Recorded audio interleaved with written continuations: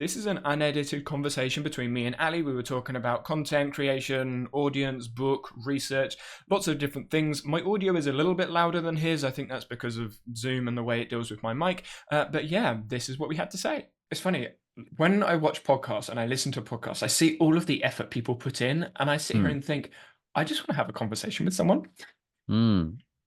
So that's why it's Yeah. recording, by the way. I'll cut out stuff that you won't cut Oh, it sure. out or stuff, but yeah, I Nice. figured if it's all recorded, then I can't miss anything. Yeah.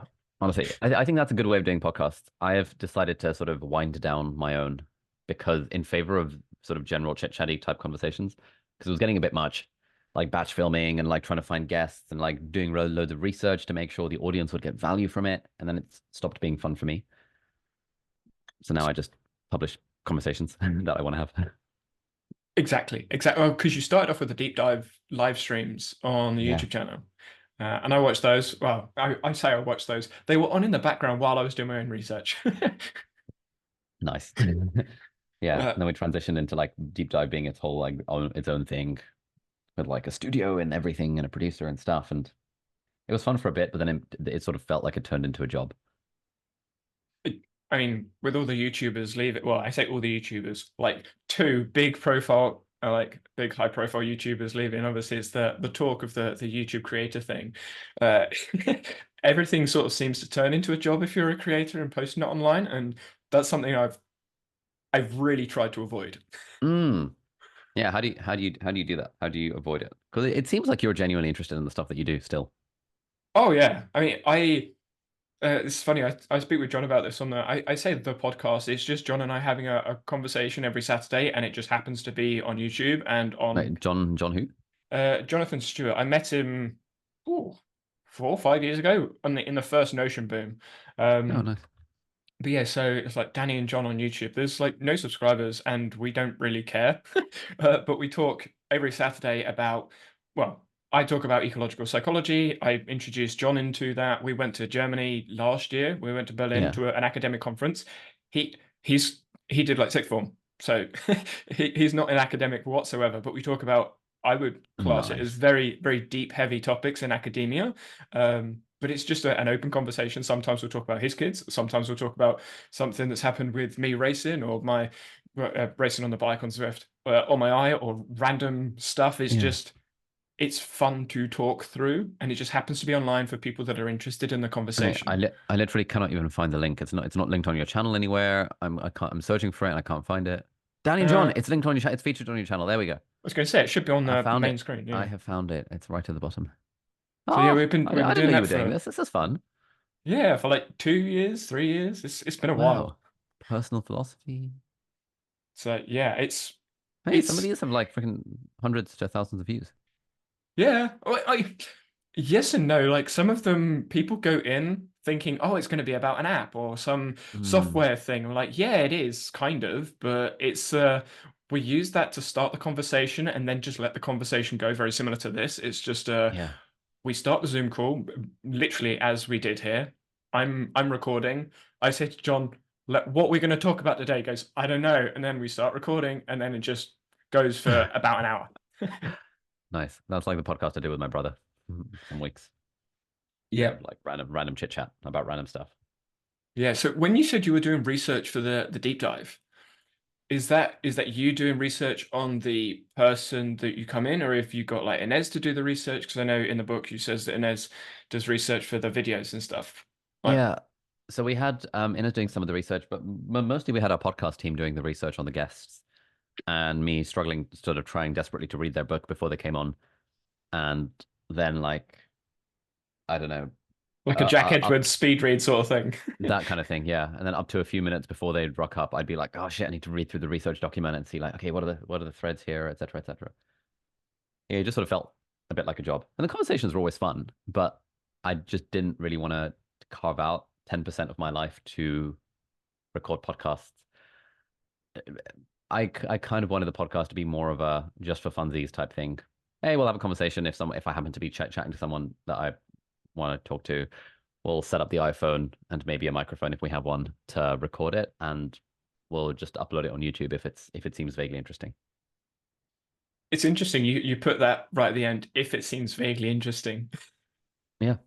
Yeah. I I have a different. So you asked how I keep it exciting. I'm Yeah. a little bit different in that it's not I don't care about the audience, it's I care about me first, which Mm. sounds selfish, Yeah. but if it's interesting to me, then someone that's like me is going to be interested. So I just assume it's going to be interesting. Whether it's interesting to my main audience in like quote marks, I'm personally not fast. I'm not obviously at the same size as you, so you've got size to consider. Um, but yeah, I've just if it's interesting to me, then people like me will be interested. That's the way I look at it. Ooh, I like that because I've got a few Zoom calls that I think that are definitely interesting to me, and I don't publish them for fear of, oh, this is going to be so unrelatable to the vast majority of my audience. But maybe I should just publish them on. Well, I won't publish on the main channel, either the second channel or the podcast channel, or just some sort of place where people who are like me can benefit from those, even if those are a small fraction of the overall audience.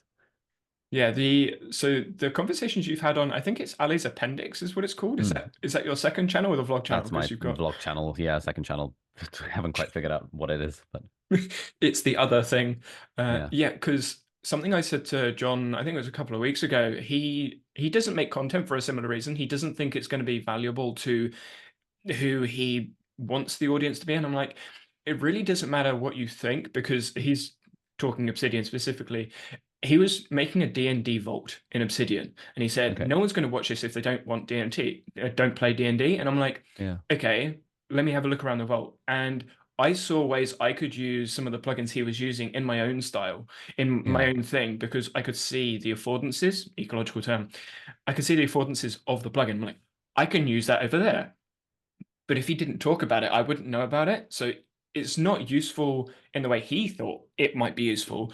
But I've mm, taken the information that actually I can use that over here. And some of the stuff you talk about with your high level coaching, I reflect on and go, well, I got taught that second year at uni how to coach kids. Like high yeah, performance coaching in like business is very similar to high performance coaching in kids. It's just yeah. different context. So I would find it useful. I know I would. Hmm. Yeah, I'm just looking through Ollie's appendix now. Yeah, okay, cool. I'm sold. Thank you. This has actually given me the permission I needed to post some of these more niche conversations online. I Yeah, like it. That's good. I, when it comes to research, niche conversations is literally research, which is why it's not popular. Hmm. It's why it's not popular on YouTube because it's not sensationalized. It's not packaged typically very well, but it's where the actual like work gets done. It's what the people doing the thing actually kind of need to hear. Yeah. Yeah. Okay, this is good shit. Right, I'm sold. We got this. That's me anyway. Obviously, everyone's got their own opinions, etc., etc. Of course. Of course. So what are you working on these days? What are you up to? That is a great question. Um, A lot and not a lot. So obviously, I've mentioned the podcast, which I do every Saturday. And this is where I was actually going to ask you about the book, kind of like in tandem, is that when I worked with James Janney, I worked with him. He was very curious about how I managed to do so many things at once. Yeah. It's like, how do you work on so many things at once? And we've had those conversations. And obviously, you were doing the book, so I'm gonna ask you about that in a second. But to answer your question, what I'm doing, I've got the podcast, but I don't see that as work. I see that as just talking with a friend, and it just happens to go Mm. online. Yeah. So it's work, but it's not work. Then I've got the Danny Hatcher's YouTube channel, which is the one where I talk about software, and Yep. that one is as close to work as I think I get. Yep. But again, that's me just playing with Obsidian or Morgan or well, Notion will be coming up soon and Mm. other stuff because Morgan's doing an integration with Notion. So it's like, I'll do that Ooh, video. fun. Yeah. Morgan's the thing that you booked the meeting on, by the Yeah, way. yeah. Yeah, you've pitched me on this in the past. Oh, they've changed their website. Much more dark mode. Um, But yeah, so yeah. talking software, but that again, I don't see as work. That's just me playing with apps and tools and tech and seeing what I can find out.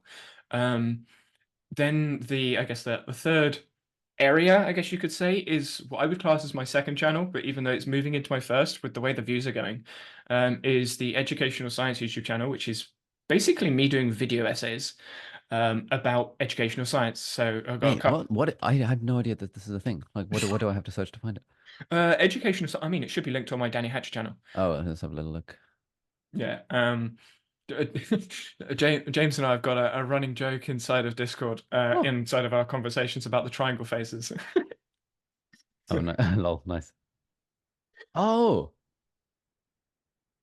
wait, I watched some of this video. Why did I watch it? I didn't realize this was you. How did I not realize this was you?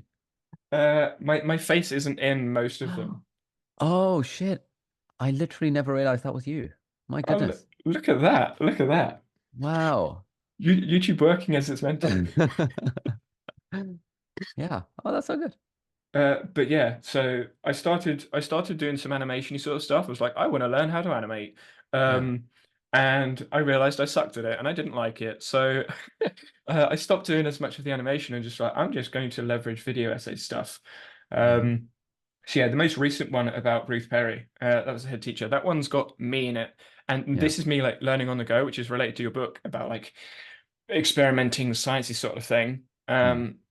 Going through the videos, I've had lots of critiques about my spelling because in DaVinci, there's no like spelling grammar check inside of DaVinci unless you go out of your way to like take it out, put it back in. So when I'm doing quick Mm. spelling things, like, oh, I need to change this word, I'll make a mistake. And I'm like, I'm sick of all these errors, so I'm just going to put my face on it unless I'm doing a copy and paste of a quote. Yeah, But fair. but that's me. I put a video out, or I put a few videos out, and then I got loads of feedback about it. Yes, everyone says the same thing. You spelt weather wrong. And I got like 30 comments that says the same thing. I was like, okay, lesson learned. I'll put my face in it Yeah. next time. Nice. But yeah, so there's that project. Yeah, as you can see, there's a Substack as Oh, well. writing like Brandon Sanderson. Cute. But yeah, that's essentially all my research on Brandon Sanderson. Um, Did you make these diagrams? no, it's referenced. Oh. It's yeah, it's a link to. There should be a link. There you go. Magic System, that one. Oh shit, that's cool. Yeah, so that's where I've done research and just put it into a Substack article. Yep. Um, I did try writing more on Substack. Yep. My problem, which maybe you can relate to, is I just kept writing. Hmm. And I kept finding more. It's like, oh, I can add this and I can add that. And yeah, then it wasn't really a Substack article. Then it turned into an actual like dissertation, like Yeah. essay worth dissertation. Yeah, But I know what you mean. I end up doing this for my newsletter, but then I at some point I'm like, all right, we got to wrap it up because it's midnight on a Sunday and I need to sleep. I need to send this, so it gets done. yeah, so how did you like with the book decide or with the newsletters decide, okay, this is enough for this chapter, or I need to stop finding more references and researches and I need to stop adding things to Zotero. Yeah. Um, so with the book, I spoke to a friend who had that problem. Like, who was it? Who was it? It was like one of these self-help book authors. I can't remember who gave me the advice. And he was like, you could always do more research. You just need to stop. Like the trick is knowing when to stop and when to start writing. And I realized I was using research as a procrastination tactic of basically thinking I don't yet know enough. And if I just do more research, I will get to a point where I do know enough and where I feel confident to be able to write the thing. And that person, whoever it was, I can't remember. I can't believe I'm blanking on it. But whoever it was said basically said that like, no, like you're never going to feel confident about this topic. So just start writing and the confidence will come over time. And so that kind of helped. And then the first draft of the book was like 120,000 words, and we had to cut it down to 60,000. So I was like, oh, okay, we can only say 6 things in each chapter. That means all of my research is kind of pointless if it's not serving one of those 6 things. And the 6 things are based on what is most interesting or counterintuitive or really useful. And with that filter, we cut it down to 6 things in each chapter. And then then there was a more targeted research phase of like backing, sort of trying to find evidence to back some of this stuff up. Yeah, you using some ecological terms. So when I say ecological terms, I'm talking about ecological psychology, the Mm, Gibsonian approach that I mentioned in that Notion conference that we spoke at, like yeah. serendipitously, as you said. There we go. You said the word. Yeah, so I do a similar thing. When it comes to research, I add constraints in hence ecological term. I add the constraints in when I'm doing the thing. If I'm just researching, I don't have a this is enough, because you can always go further. And I've gone down some really deep rabbit holes. I mean, so with the energy thing that you talk about, I assume you talk about it in the book, obviously, did the pre-research, so I knew roughly what it was on about. Um, Thermodynamic regulation inside of physics relates to dynamical systems theory, which is in ecological psychology. So I went from how do I coach this child to thermodynamic regulation in physics. Yeah. That's a big rabbit hole. Yeah. And went into Bayesian statistics and loads of other things down there. But I'm like, okay, where do I stop? And Mm, the constraint I end up adding is when I come back to this, I ask myself, when I come back to this, will I know what I was talking about? Because if I don't have enough expertise in the topic to leave it for a month and then come back to it, then I know I've gone too far. That's my personal mm. self-check. I don't know Oh, if you don't nice. do something similar. Yeah, yeah. With my thing, it's I've realized the thing in my mind is this still useful to a normal person reading this? Um, yeah, How do you because I categorize a often think, normal person? I'm curious. yeah, I categorize a normal person as sort of I imagine trying to explain this in like a classroom or something like that, or in a lecture theater or in a YouTube video, and I imagine like the point at which I know that this is gonna go over people's heads and it's no longer directly useful to their life. And when things stop being directly useful, like my stuff is quite like actionable focused and less about theory. And so people are really interested in like, okay, what's the actionable thing that I can actually take away? And so if something is serving that, either it's like this is why you should really do this thing, or this is the thing you should really do, then they're very interested. And if there's a story that's like, okay, before we get into the thing that you should really do, I'm going to tell you a story that explains why you should do it, then they'll be interested. But when it gets in, and then there's a level of like, and here is the psychology behind how it works. But it has to then be understandable to someone who has not studied neuroscience or psychology or anything like that. And so as soon as you start throwing around the word amygdala or something, that's the point at which it's going to start to go over people's heads. And at that point, I'm like, okay, I need to be able to explain this as like sort of, oh, the amygdala is that part of the brain that deals with fear, right? And so the evolutionary brain, the amygdala thinks you'll be getting hit by a lion. Obviously, massive oversimplification. Any scientist would be like turning in their grave. But like at that level, I know that's deep enough on the science, and any deeper would start to go over people's heads. And so it stops being useful, even though it's interesting for me to be like, oh, I wonder what mechanism this thing works by. Is it the dopamine 1 receptor or the dopamine 2 receptor? No one cares except me, but like I recognize that no one cares. It's funny. I'm working on a video essay at the moment about H. Bomber Guy's plagiarism video thing, and he says something about source docs that a lot of other creators say the same thing about. Is that like he'll do the source doc, but no one's going to read it, and I feel like you're saying the same sort of thing. Is like I can do all this research and I can say all this fancy stuff and academic things, but no one cares. Yeah, people just want a nice story that makes sense that they can take something away from. When I first started doing the podcast circuit, like promoting the book, I had a lot of like fear around, will I be able to trot the right study off the top of my head because people really want studies?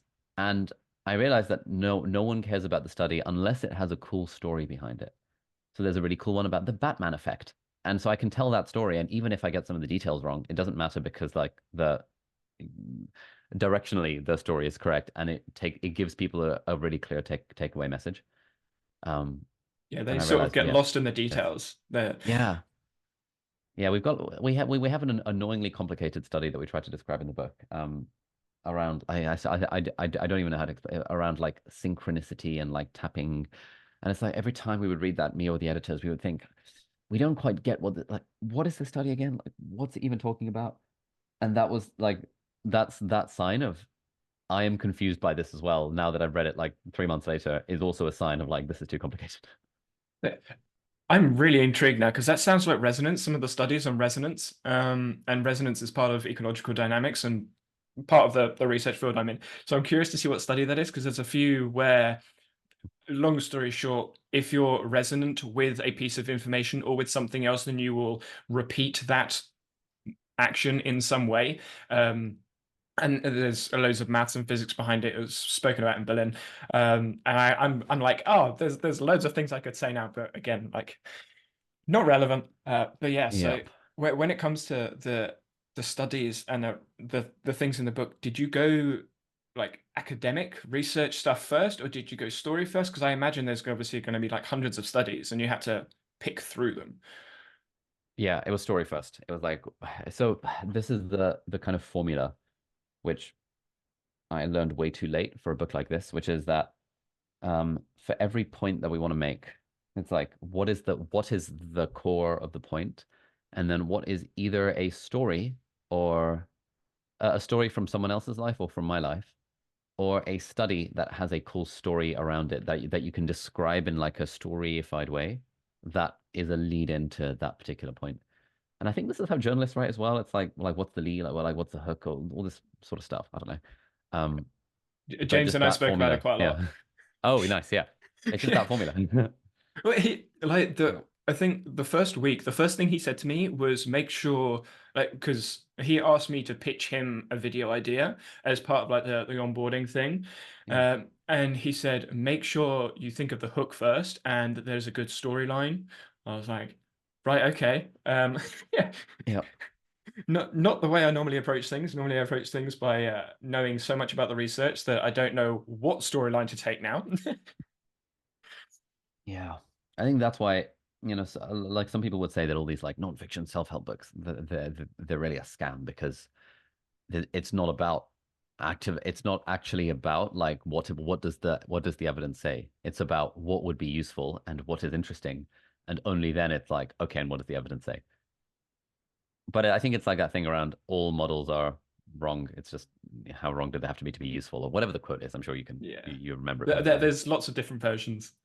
When Yeah. it sounds like when you're making content or writing something, researching for Mm, something, there's an audience member or character or archetype or whatever word you want to put there in mind. Because yeah. to me, when I'm making my educational science videos, I see myself. I'm like, what would I want to know? So I don't shy on the science. I'm like, no, let's leverage the science. One of the videos, I mean, it hasn't got many views, but it's about a guy that no one knows about a psychology that's buried in history. Um, so there's no hook there. But I leverage leverage isn't the accurate term there. I want to embrace the science, embrace the research, embrace the complexity. Obviously, the content that you're making doesn't sound like it's doing that. Would you want to make content or do research for those sorts of people, or are you sort of sticking with the, Mm. I don't Uh, want to say easy because it's not easy, but the simpler yeah. explanations? Yeah, I would. But the reason I would is because I would want to be able to say in a video, okay, so I've just come across this 400-year-old manuscript that I had to go to the British Library to find because it's the only copy around. And there's a really cool thing. There's a really cool like sermon that was written by this guy that you've never heard of. And I think if you take the advice from this guy that you've never heard of, it can genuinely change your life. Here it is. As like that's cool because it's like people, oh, that's interesting. Like, who is this random sermon guy that I've never heard of? And what is the advice that can change my life? So I'd approach it from that particular angle. I think you've just solved an issue that I had when I was working with James. We were both trying to work out because I explained to him what ecological psychology is, ecological dynamics, and I was like, "How do I pitch this thing?" And we both troubleshooted it. It's like that's what I'm gonna do. I'm gonna do it like that somehow. Nice. Yeah, It's I can imagine. Yeah, the whole ecological textbook. psychology, like, yeah, this is the thing. I think one, I've attended a few Tony Robbins events recently. I have one of the manuals on my desk, Oh daily yeah. desk, and he does a very good job of like dumbing things down, but in a way that doesn't make you feel dumb. And he'll really do a good job of like telling a story, but that has just one takeaway from the story. And so it's easy to remember because there's just one takeaway. As soon as it goes into levels that you don't like, as soon as it dips below the surface of what is immediately useful, people will start to switch off. Um, so I just lean towards actionability I try and lean towards actionability with everything that I do or write. Yeah, yeah, it's interesting because when I see the psychology, I think this is partly the expertise reversal effect, me having expertise, obviously, I can then extrapolate what that could mean in the future. Yeah. So when I see things about psychology or consume whatever content, I'm like, oh, I can do this over here. I feel like you're the same. When you watch content, you have expertise in your own research with whatever science it is, and you go, oh, I can put this over here, I can do that over there. But other people, if they don't have that background understanding, just look at it and go, but how, what, why? Yeah. Too abstract for me. Yeah. Tim Urban recently had a you know Tim Urban, Wait But Why, the blog. Mhm. So he was recently interviewed on David Perel's podcast, which is about writing. That's how And I he had know a him. oh nice. Yeah, so you'd be familiar with that thing that he said around like sort of keeping track of his dopamine hits Yeah. and then like making sure the audience gets all of those in a very condensed form in his blog post. And I was just like, oh, that's such a good way of doing it. Keeping track of the dopamine hits. Because when I'm on a research rabbit hole, I do get dopamine hits. Like, oh, I didn't know that. Oh, that's interesting. Oh, that's a really good way of putting it. But I never write that down. I just sort of highlight it. But then I highlight loads of stuff, and then it ends up in freaking Obsidian or Zotero or whatever. And it's like, then a month later, I can't remember what was the thing that like actually felt dopamine hitty to me at the time because now I know it. And so it's like, it doesn't feel that interesting anymore. Yeah, mate. Interesting. I had a different take from that. So I call them highlightable points. I mean, if you're going with the progressive summarization from Tiago, I Mm, guess it's the third section of the highlighting and the stuff. I personally don't do all of that. I don't do the highlighting and the bolding and the combination. No, I just highlight points that are interesting, but the ones that I put into like actual projects, actual scripts, to me, are the main points, the highlightable points, as it were. And for me, they are all the detox points. Like, the detox points? not the detox, dopamine Oh, points. okay, yeah, Yeah, I was thinking D's.